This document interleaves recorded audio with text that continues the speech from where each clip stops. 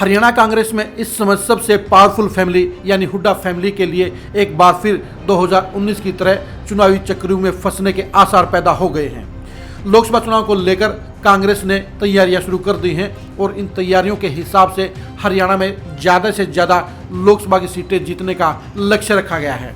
इस लक्ष्य को हासिल करने के लिए 2019 की तरह 2024 में भी पार्टी के सबसे मजबूत चेहरों को मैदान में उतारने पर विचार किया जा रहा है। अगर इस विचार को अमली जामा पहनाया जाता है तो भूपेंद्र हुड्डा और दीपेंद्र हुड्डा को 2019 की तरह चुनावी संग्राम में उतरना पड़ सकता है। भूपेंद्र हुड्डा और दीपेंद्र हुड्डा 2019 में चुनाव हार चुके हैं, इसलिए दोनों ही बाप बेटा 2024 में किसी भी सूरत में चुनाव नहीं लड़ना चाहते हैं। लेकिन अगर पार्टी हाईकमान ने सभी बड़े नेताओं को चुनावी मैदान में उतरने के आदेश जारी कर दिए तो भूपेंद्र हुड्डा और दीपेंद्र हुड्डा फिर से चुनावी चक्रों में फंस जाएंगे। आपको बता दें 2024 के लोकसभा चुनाव में भी कांग्रेस ने अपने सभी बड़े नेताओं को चुनावी दंगल में उतारा था। ये बात अलग है कि 10 के 10 बड़े नेता चुनाव हार गए थे। चुनाव हारने वालों में से 4 नेता अब पार्टी को छोड़ चुके हैं।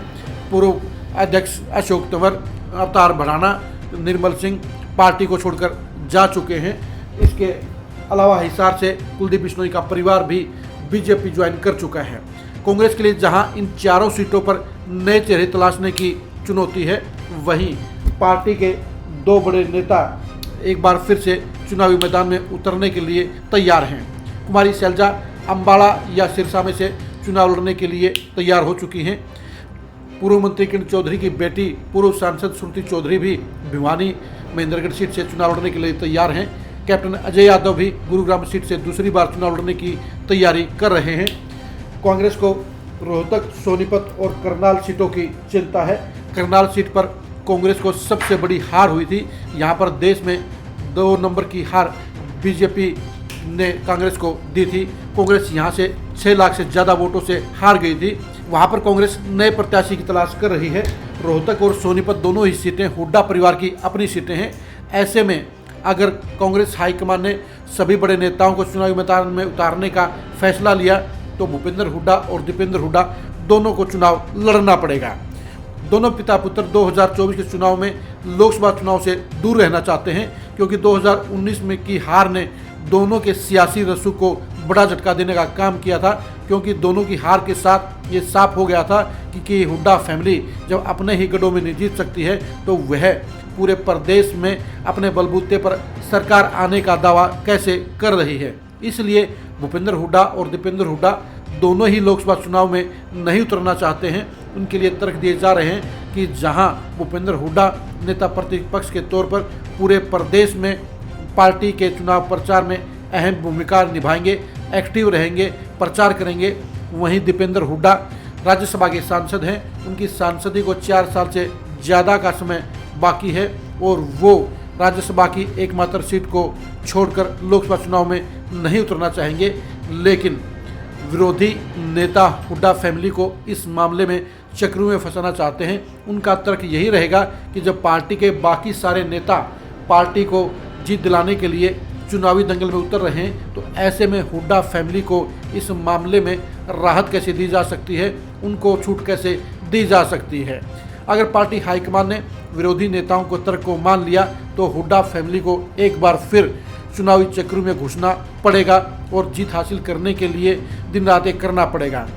वक्त का तकाजा तो यही है कि अगर कांग्रेस रोहतक और सोनीपत की सीटें जीतना चाहती है तो भूपेंद्र हुड्डा और दीपेंद्र हुड्डा को चुनाव मैदान में उतरना चाहिए, क्योंकि 2019 के मुकाबले 2024 में जहां बीजेपी का ग्राफ नीचे गिरा है वहीं कांग्रेस के लिए हालात सुधरे हैं। अगर भूपेंद्र हुड्डा और दीपेंद्र हुड्डा हार की चिंता को छोड़कर सिर्फ जीत के लक्ष्य को लेकर चलेंगे तो 2019 के मुकाबले इस बार उनके लिए जीत के आसार ज़्यादा हैं। लेकिन भूपेंद्र हुड्डा और दीपेंद्र हुड्डा दोनों ही हार से डर रहे हैं, क्योंकि दोनों ही बाप बेटा अगले विधानसभा चुनाव से पहले हार बर्दाश्त नहीं कर सकते हैं। क्योंकि अगर 2024 के चुनाव में भूपेंद्र हुड्डा और दीपेंद्र हुड्डा दोनों ही चुनाव हार गए तो दोनों की सियासत खतरे में पड़ जाएगी और 2024 में दीपेंद्र हुड्डा को सीएम बनाने का भूपेंद्र हुड्डा का सपना चकनाचूर हो जाएगा। इस बड़े खतरे से बचने के लिए ही भूपेंद्र हुड्डा और दीपेंद्र हुड्डा रोहतक और सोनीपत लोकसभा सीटों से चुनाव लड़ने के इच्छुक नहीं हैं, लेकिन विरोधी नेताओं की प्लानिंग के दायरे में वो दोनों फिर फंस सकते हैं, क्योंकि अगर पार्टी के जब बाकी सारे बड़े नेता यानी कुमारी शैलजा, कैप्टन अजय यादव और श्रुति चौधरी लोकसभा का चुनाव लड़ेंगे, तो ऐसे में भूपेंद्र हुड्डा और दीपेंद्र हुड्डा चुनाव लड़ने से इनकार नहीं कर सकते हैं। उन्हें हाईकमान का फैसला मानना होगा और चुनावी दंगल में उतारना होगा।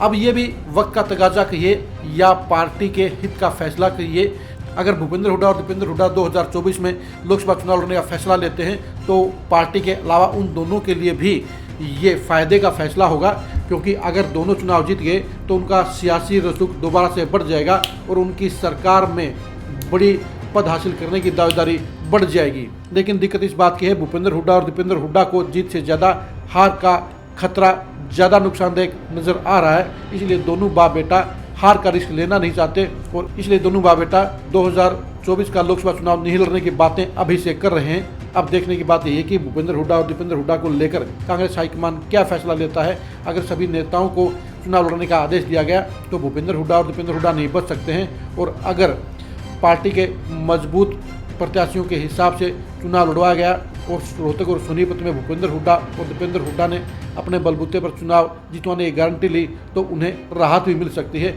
अब देखने की बात यह है कि 2024 में भूपेंद्र हुड्डा और दीपेंद्र हुड्डा क्या चुनावी चक्र से बच पाएंगे या उन्हें मजबूरी में चुनाव लड़ना पड़ेगा।